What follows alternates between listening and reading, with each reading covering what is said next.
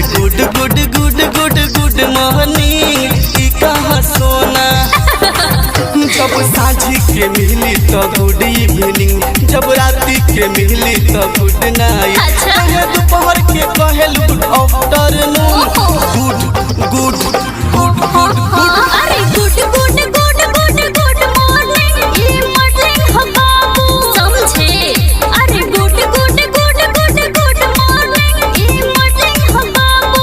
और बताएं इतना का जुग के फैशन बाबू, जिन्ना जानो तो वो बोलो तो बाबू, तू तो पढ़ा लिखा बकलोल बाड़ा।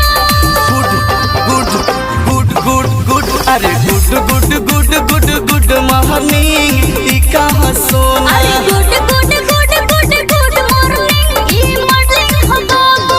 गुड गुड गुड गुड ई कहाँ सोना। मॉर्निंग हम बाबू।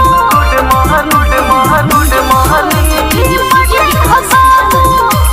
Mix by Durga recording studio, हावे गुलंबर के पास।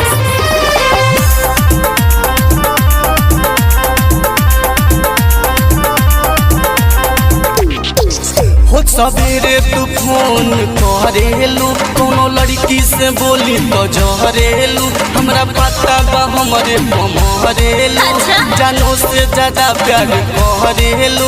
एको तू ही तो बड़ा हमारे बाबू। गुड गुड गुड गुड अरे good good good good good morning ई कहाँ सोना। अरे good good good good good morning ई मॉर्निंग हम बाबू समझे।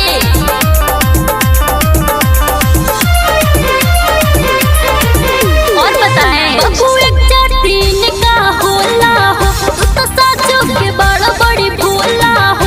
ऐसे लोगवा के लोग पढ़े झोला हो, पढ़े लिखे महान सबे होला हो। बदरे पिंतूरा रखना जाने बाबू। Good good good good good अरे good good good good good morning